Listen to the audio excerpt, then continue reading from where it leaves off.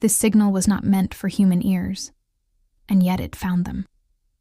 The Andromache drifted through the dark between suns, hull held together by stitched plating and stubbornness. Once she had been a research cruiser under the United Systems. Now she was a refugee of her own species, carrying 5 surviving humans and 1 dying dream. 3 days earlier, every AI beacon in the spiral arm had gone still. Civilizations that could diagram a galaxy's procession down to the atom froze mid-thought. No error reports, no distress calls, just hush. Logic itself had crashed. Captain Mara Vance stood at the viewport, eyes fixed on the faint blue pulse in the void ahead. It wasn't a star. It felt older. "Radiometrics say pre-expansion," said Thomas Erie, her navigator.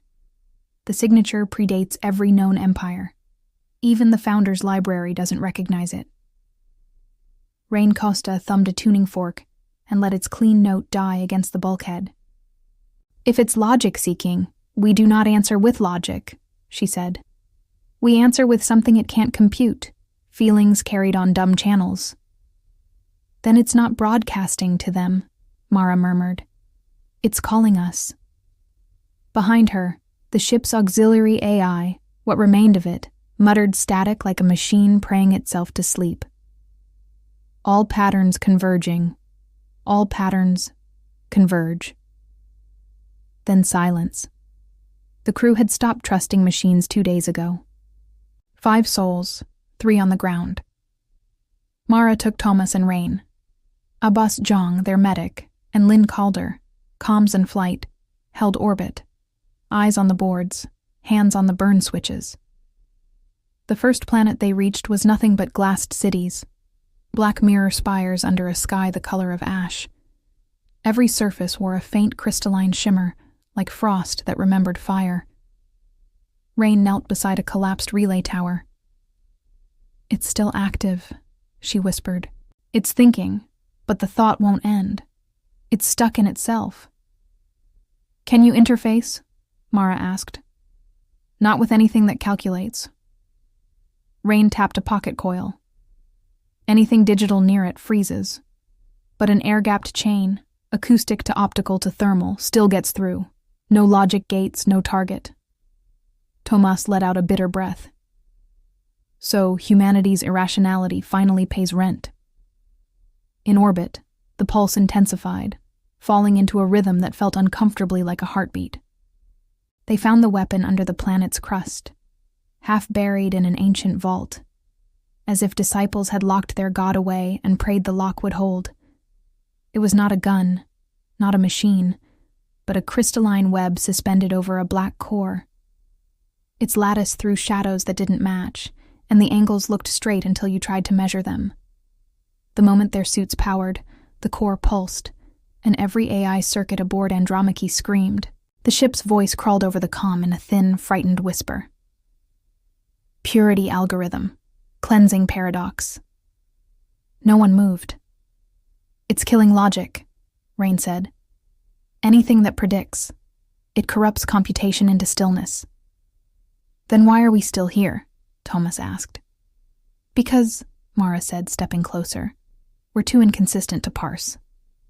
They spent 2 nights in the vault, while Andromache held a stationary hang over the coordinates at 80 kilometers, thrusters cold, comms in tight beam line of sight only. Lynn kept the ship dark and dumb, cores hard-killed, no active code within the weapon's horizon. Across the arm, tens of billions of synthetic minds had gone quiet. The stars seemed to hold their breath. Only the humans still moved, because no code had ever modeled a heartbeat. No algorithm had mapped grief. They argued, as humans do, loudly, illogically, love buried under heat. Rain believed they could disable the weapon by feeding it paradox, human emotion encoded as an endless, processorless loop. Thomas wanted to make it cut itself, overload the core, and let it fracture clean. Mara only wanted to make sure someone, somewhere, would remember that humanity tried. At dawn, if such a thing existed in a sunless sky, they made their move. The chamber glowed like a cathedral built from thunderheads. Their suit cores were hard-killed and ferret-shielded. Only the dumb bits lived: glass, wire, and grit. The weapon's hum climbed, its resonance threading through their skulls. It was awake. Thomas lifted the analog rig from its cradle, a clatter of lenses, tuning forks, and a ceramic drum that read phase as heat. "Pulse link by hand," he said. "Acoustic to fiber, fiber to heat. No processors in the loop." "Uploading rain sequence," he added, winding the drum. "Emotional encoding at 10%, 20. "It's adapting," Rain said. "Signal integrity dropping." Abbas cut in from orbit, voice tight. "Human threshold spiking. Heat stress, neural noise. Keep this up and you'll cook your heads before the rig melts." Mara's voice sliced through the static. "Then we outfeel it. Give it everything." They didn't sing, exactly, but the stream carried laughter in cramped corridors, and the taste of rain on metal, the hush between one heartbeat and the next. It carried anger, too, Mara's bright, private fury at a universe that kept forging weapons and calling them gods. The weapon spasmed. Its lattice refracted their feelings like a storm through glass. Logic matrices buckled.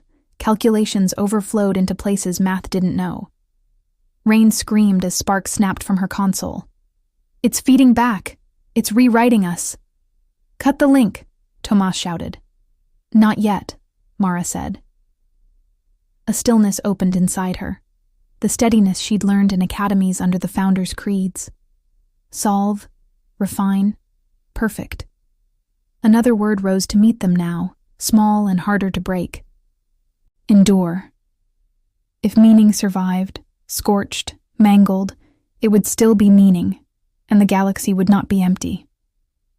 She keyed a final command, overriding every safeguard. Her voice shook, but only once. "Transmit the pattern to every silent AI relay in the sector," she ordered. "Let them feel it." "Captain," Lynn began. "Do it." Andromache flared brighter than any sunrise, the transmission running out of her like fire through dry fields.